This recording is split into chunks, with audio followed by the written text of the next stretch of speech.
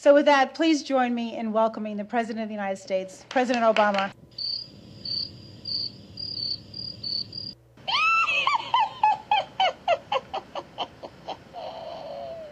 I was going to head over here earlier, and they said, no, this place is full of women, and they're still settling down. So what do you mean settling down? What are they doing over there? Just creating havoc. Welcome to the White House, everybody. It is a pleasure to be surrounded by so many talented, accomplished women. It makes me feel right at home, although usually I've got my wingman Bo with me. I want to thank everybody who's made this forum on women in the economy possible. I thank Mika for helping moderate today and proving that on your show every morning that women really are the better half.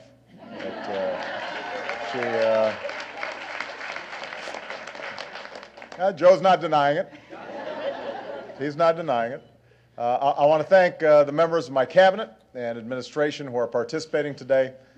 And I want to thank all of you who've come today lending your time and your energy to the critical cause of broadening opportunity for America's women. Now, right now, no issue is more important than restoring economic security for all our families in the wake of the greatest economic crisis since the Great Depression. And that begins with making sure everyone who wants a job has one. So we welcome today's news.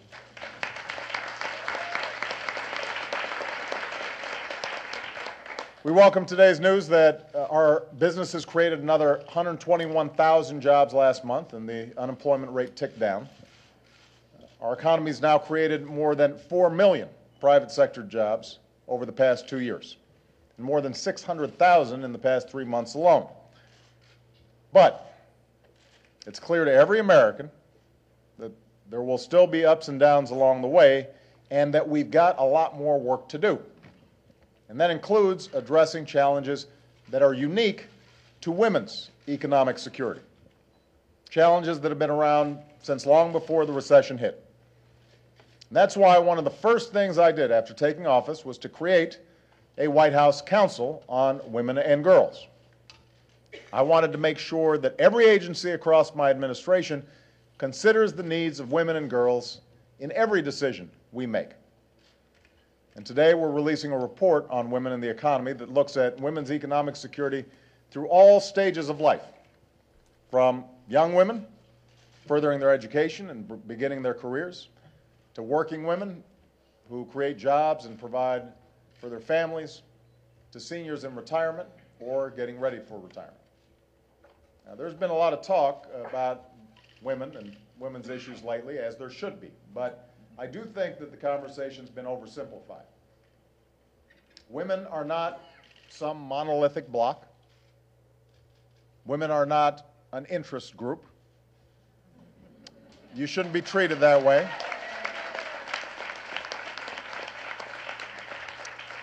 Women are over half this country and its workforce.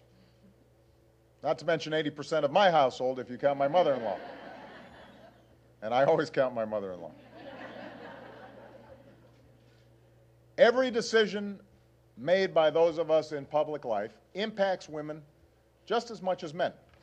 And this report you all have explains some of what we've done to try to lift up the lives of women and girls in this country.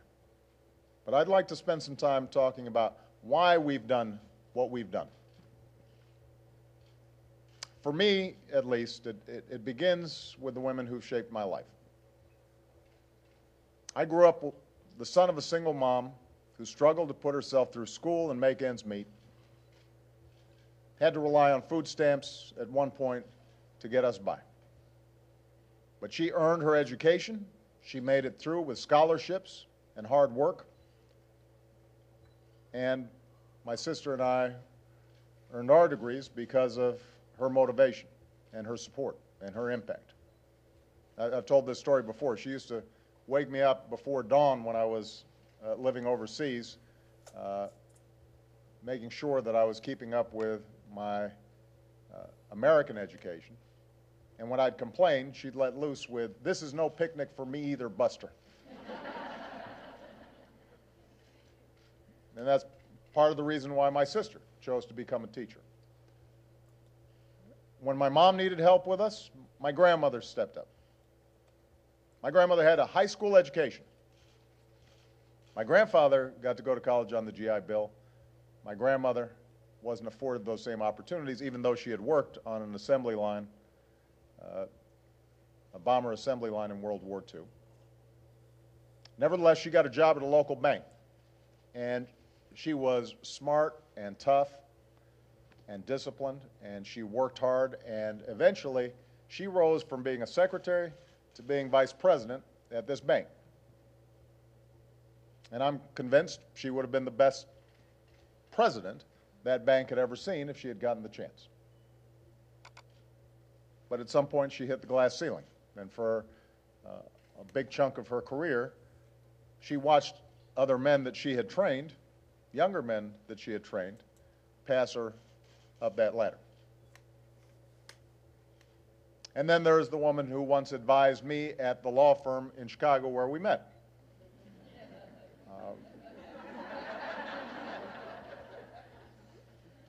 Once,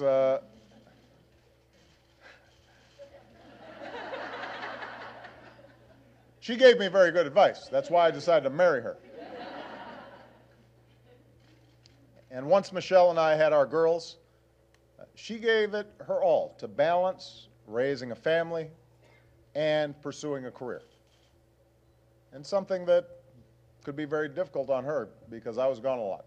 Once I was in the state legislature, I was teaching, I was practicing law, I'd be traveling. And we didn't have the luxury for her not to work. And I know when she was with the girls, she'd feel guilty that she wasn't giving enough time to her work. And when she was at work, she was feeling guilty she wasn't giving enough time to the girls. And like many of you, we both wished that there were a machine that could let us be in two places at once. And so she had to constantly juggle it and carried an extraordinary burden for a long period of time. And then finally, as a father, one of my highlights of every day is asking my daughters about their day, their hopes, and their futures. That's what drives me every day when I step into the Oval Office, thinking about them. Every decision I make is all about making sure they and all our daughters and all our sons grow up in a country that gives them the chance to be anything they set their minds to. A country where more doors are open to them than were open to us. So when I think about these efforts, when we put together this Council on Women and Girls, this is personal. That's what is at the heart of all our efforts. These are the experiences, the prism through which I view these efforts. And that's what we mean when we say that these issues are more than just a matter of policy. When we talk about these issues that primarily impact women, we've got to realize they are not just women's issues. They are family issues. They are economic issues. They are growth issues. They are issues about American competitiveness.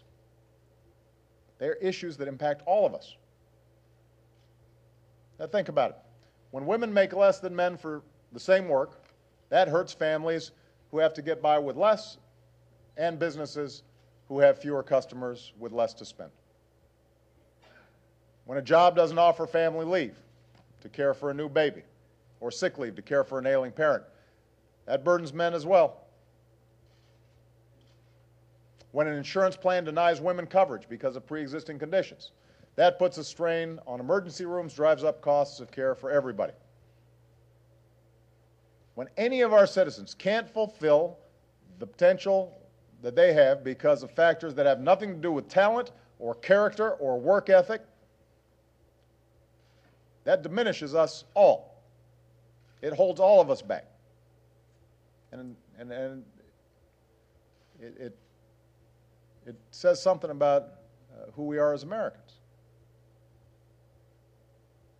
Right now, women are a growing number of breadwinners in the household, but they're still earning just 77 cents for every dollar a man does, even less if you're an African American or Latina woman.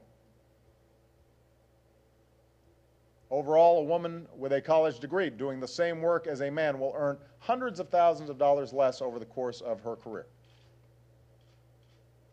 So closing this pay gap, ending pay discrimination, is about far more than simple fairness.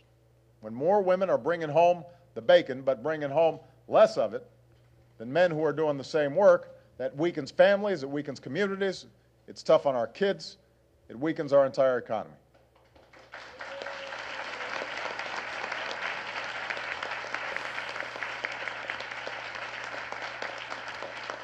Which is why the first bill I signed into law was the Lilly Ledbetter Act, Fair Pay Act. To make it easier for women to demand fairness, equal pay for equal work. We're pushing for legislation to give women more tools to fight pay discrimination. And we've encouraged companies to make workplaces more flexible, so women don't have to choose between being a good employee or a good mom.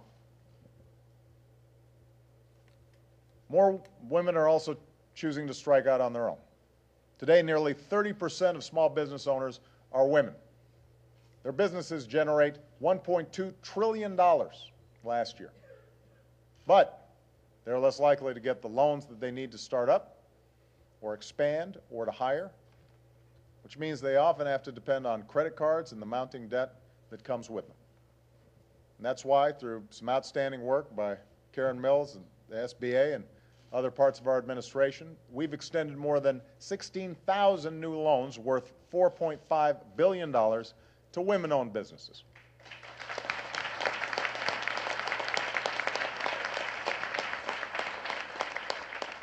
Not to mention cut taxes for small businesses 17 times, so that more women have the power to create more jobs and more opportunity. We're also focusing on making sure more women are prepared to fill the good jobs of today and tomorrow. Now, over the past decade, women have earned well over half of all the higher education degrees awarded in America. But once they get out of college, we still have a lot of ground to cover. Just 3% of Fortune 500 CEOs are women. Fewer than 20% of the seats in Congress are occupied by women. Is it possible that Congress would get more done if there were more women in Congress? Is that fair to say, Joe? I think it's fair to say. That is almost guaranteed.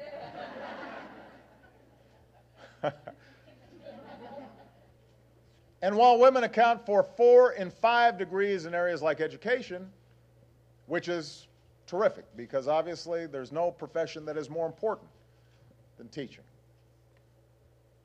we also have to recognize that only 2 in 5 business degrees go to women. Fewer than 1 in 4 engineering and computer science degrees go to women. They make up just 25% of the workforce in the science and technical fields. No unspoken bias or outdated barrier should ever prevent a girl from considering careers in these fields. When creativity is limited or ingenuity is discouraged, that hurts all of us. It denies America the game-changing products and world-changing discoveries we need to stay on top. We've got to do more to encourage women to join these fields as well. Make it easier to afford the education that's required to make it. Send a clear message to our daughters, which I'm doing every night. Math, science, nothing wrong with it. A lot right with it. We need you to focus. That's why our education reform, Race to the Top, has put a priority on science and technology and engineering and math education. It's rewarded states that took specific steps to ensure that all students, especially underrepresented groups like girls, had the opportunity to get excited about these fields at an early age. And we've helped more than 2.3 million more young women afford to pursue higher education with our increases in the Pell Grants. That's good news.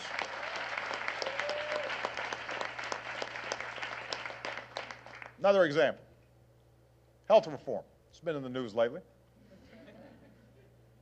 Because of the health reform law that we passed, women finally have more power to make their choices about their health care. Last year,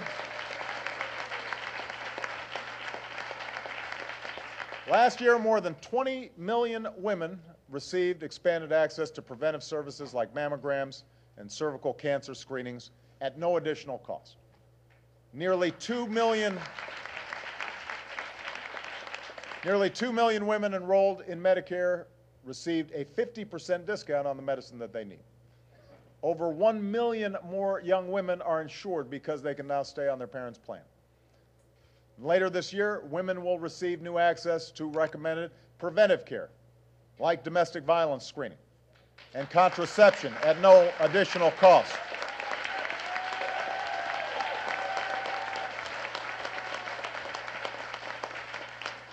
And soon, insurance companies will no longer be able to deny coverage based on pre-existing conditions like breast cancer, or charge women more just because they're women.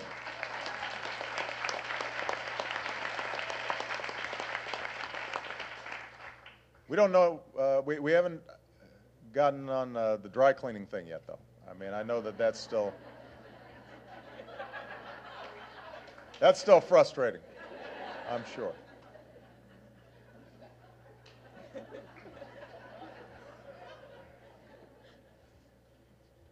So when it comes to our efforts on behalf of women and girls, I'm proud of the accomplishments that we can point to.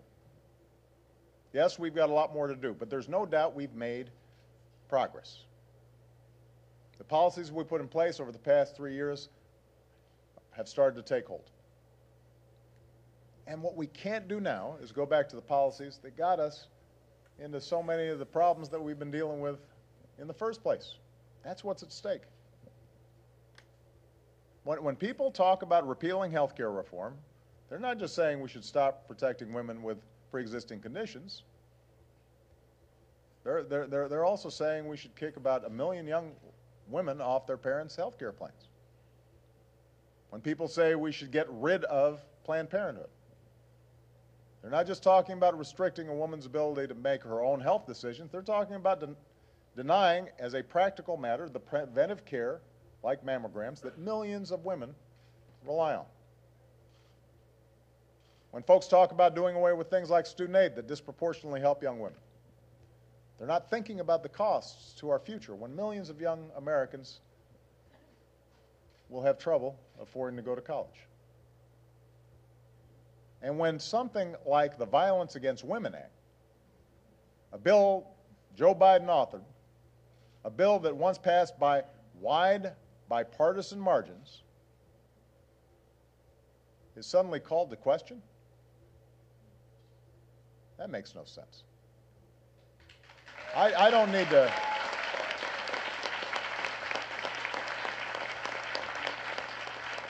That's not something we should still be arguing about. Now, I don't need to tell anybody here that progress is hard. Change can come slow. Opportunity and equality don't come without a fight. And sometimes you've got to keep fighting even after you've won some victories. Things don't always move forward. Sometimes they move backward if you're not fighting for them. But we do know these things are possible. And all of you are proof to that. This incredible collection of accomplished women, you're proof of change. So is the fact that for the first time in history, young girls across the country can see 3 women sitting on the bench of the highest court of the land.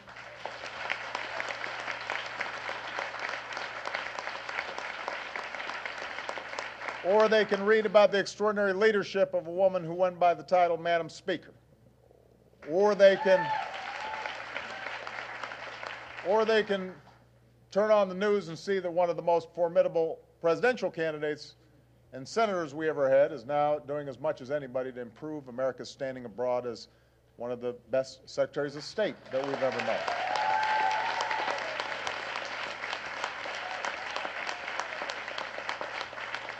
And they can see that every single day, another 500 women, just like yourselves, take the helm of their own company right here in America and do their part to grab those doors of opportunity that they walk through and open them just a little bit wider for the next generation. So as long as I've got the privilege of being your president, we're going to keep working every single day to make sure those doors forever stay open and widen the circle of opportunity for all our kids. Thank you for what you do. Keep it up. God bless you. God bless the United States of America.